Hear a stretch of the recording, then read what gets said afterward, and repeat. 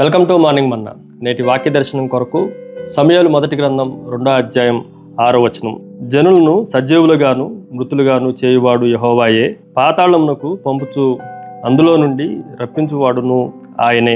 మరొకసారి దేవుని వాక్యంలో నుండి హన్నా ప్రార్థనలో దేవుణ్ణి స్తుతిస్తూ ఆరాధిస్తూ హన్నా చేసిన ప్రార్థన అంతట్లో చాలా శ్రేష్టమైన విషయాలు ఆమె పొందుపరచడం ఈ వచనంలో నుండి మనం ఆలోచన చేయొచ్చు. 4 ప్రాముఖ్యమైన విషయాలు ఈ ఉదయకాల సమయంలో మనం గ్రహించాలి. Number 1, knowing is sovereignty. ఆయన సార్వభౌమాధికారాన్ని మనము ఎరగాలి, తెలుసుకోవటం.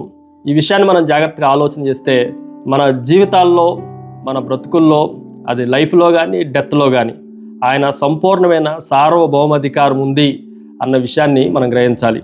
మనం శ్వాస తీసుకుంటున్నా, లేదు మన హృదయం కొట్టుకుంటున్నా, ఇదంతా ఆయన అధీనంలోనే జరుగుతుంది అన్న సత్యాన్ని మనం ఎప్పుడూ జ్ఞాపకం ఉంచుకోవాలి.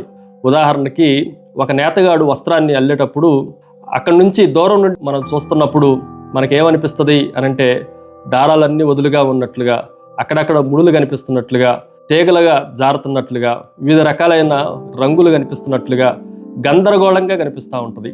కానీ నేతగాడు దృష్టిలో నుండి మనం ఆలోచన చేస్తే ఒక అద్భుతమైన డిజైను ఆయన దృష్టిలో కనిపిస్తూ ఉంది.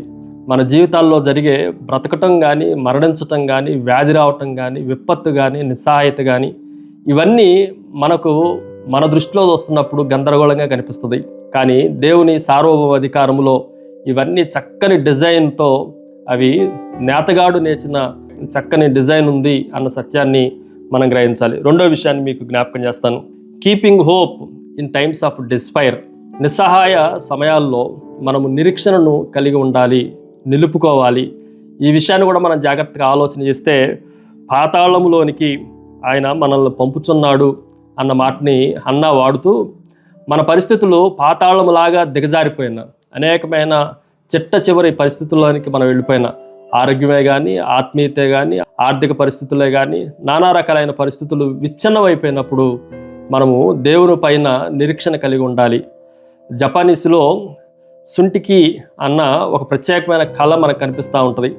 ఇందులో పగిలిపోయిన కుండలన్నిటినీ, పాత్రలన్నిటినీ వాళ్ళు మరలా లక్కతో ప్లాటినం కానీ, బంగారం కానీ, వెండి కానీ పోత పూసి వాటిని మంచిగా తయారు చేస్తారు. దాన్ని ఏమంటామంటే వాళ్ళ తత్వం ఏంటి అనంటే, విచ్ఛిన్నం అయిపోయిన ఆ కుండ దాన్ని తయారు చేసిన మొదటిసారి కన్నా అందంగా కనపడాలి. కొన్నిసార్లు మన బ్రతుకులు కూడా విరిగిపోయినప్పుడు, పగిలిపోయినప్పుడు దేవుని కృపచేత, ప్రేమ చేత వాటిని భద్రపరుస్తున్నాడు అన్న సత్యాన్ని మనం గ్రహించాలి. మూడో విషయాన్ని మీకు జ్ఞాపకం చేస్తాను. Knowing is compassion in is control. ఆయన నియంత్రణలోనే ఆయన కరుణంతా ఉంది. ఆయన ఇలా మనల్ని బ్రతికించటంలో, ఆయన జీవింపజేయటంలో ఆయన ప్రేమ, కరుణ ఉంది అన్న సత్యాన్ని మనం గ్రహించాలి. చివరగా 4వది, కింగ్డమ్ పవర్. హన్నా దేని గురించి ఆమె మాట్లాడుతుంది అనంటే, పునరుద్ధారుడైన యేసుక్రీస్తు ప్రభువుని గురించి ఆమె మాట్లాడుతూ ఉంది.